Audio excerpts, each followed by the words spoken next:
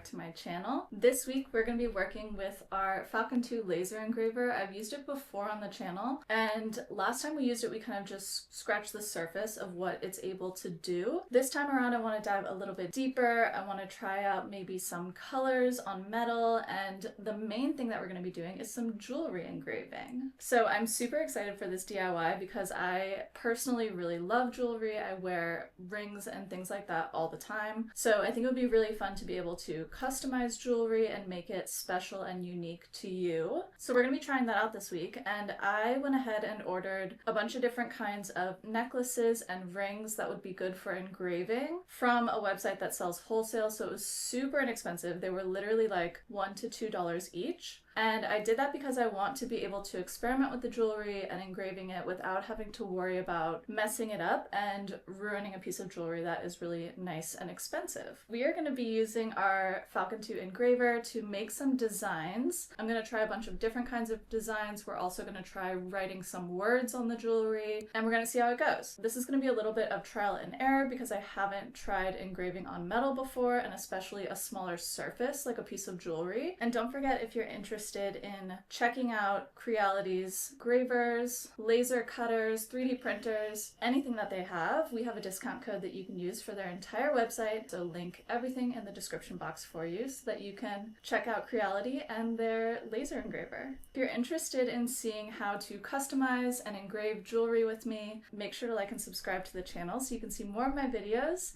I put out new videos every Sunday, and we are going to get right into our DIY. The first design that we're going to try out is a fancy S with some cutout edges. The first round of this engraving didn't go very well. The S wasn't super clear and it didn't cut the edges, so I adjusted the speed and power and removed the cutting portion, and it turned out much better. So I'm really happy with the second result of this necklace. Once we have that all done, I'm moving on to a new design, and I want to try and put a dagger design onto a necklace. And I think this will look really cool, and we might be able to get some color out of it as well. To do this, what I like to do is either make the design myself in Lightburn, which is totally doable but a little bit more complicated. If you're looking for an easier way to do that, then I like to go into Canva, and you can make a free account, use one of their pre-made designs and download it, and then put it into Lightburn to engrave onto your piece of jewelry. And you can do this process with literally anything that you want to engrave or cut. Super helpful, and it lets you have a lot more design options that are easy and accessible.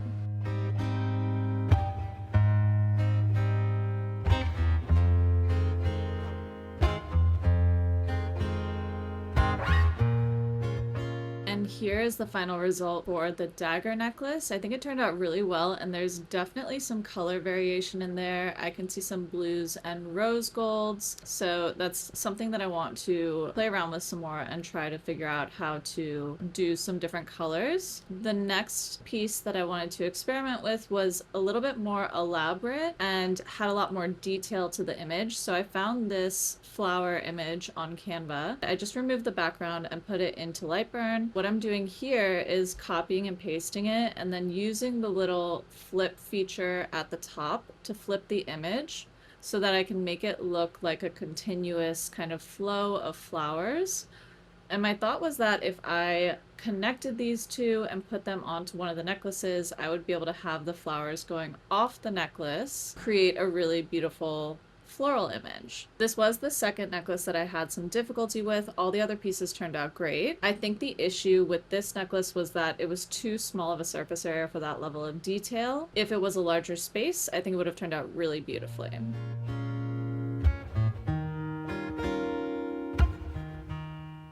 It's good aside.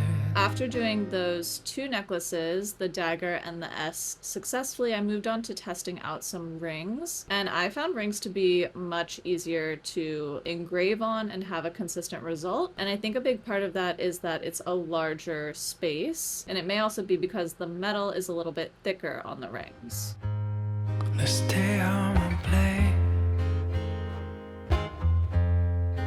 I got so many funny games we could do today,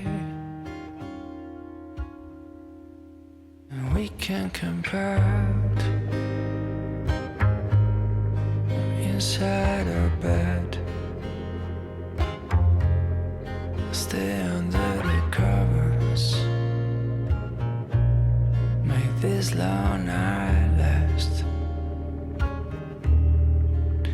And I love to play this case with you.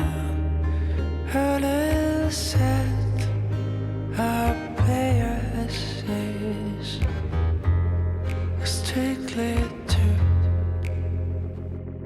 I know the hours of the week we'll be playing hide and seek, knowing in the end I'll find you.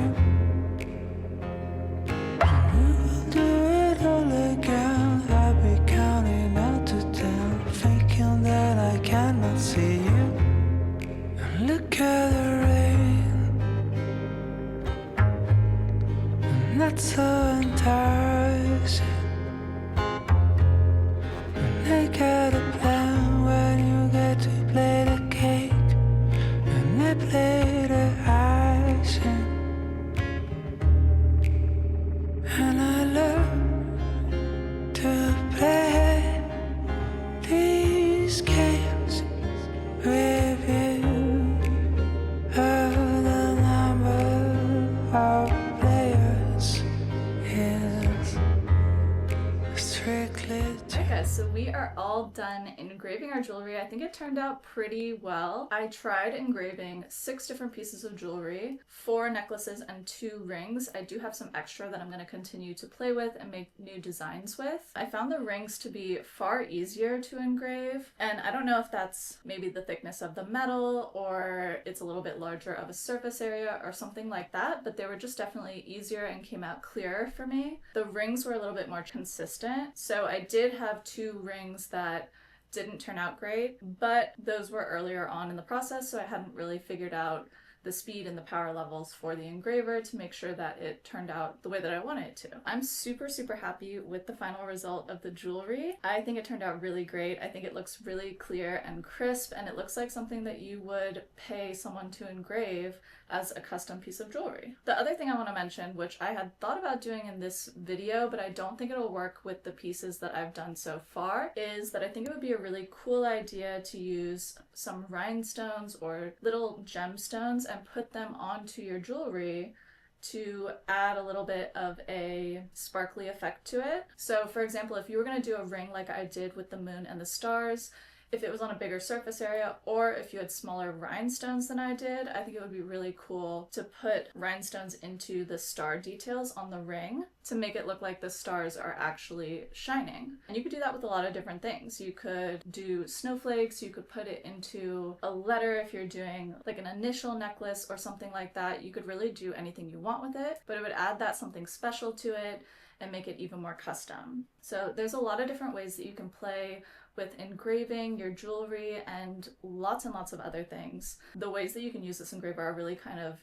endless, and I'm only starting to figure out new ways to use it, so I feel like there's going to be lots of projects as I move forward that would be really great with this. So I hope that you guys enjoyed this week's video and getting to practice and play with customizing and creating engraved jewelry with me. If you enjoyed this video, don't forget to leave me a comment and let me know what your favorite design was and what piece of jewelry you liked, or if you have a suggestion for something that I should try to engrave on the extra pieces that I have. I would really love to hear that. And don't forget to check out Creality and their Falcon 2 engraver and cutting machine. It can do so many things. It's really useful, and you could do an endless amount of projects with it. And don't forget to like and subscribe to the channel so that you can be a part of our DIY community. And thank you guys so much for watching. I'll see you next Sunday.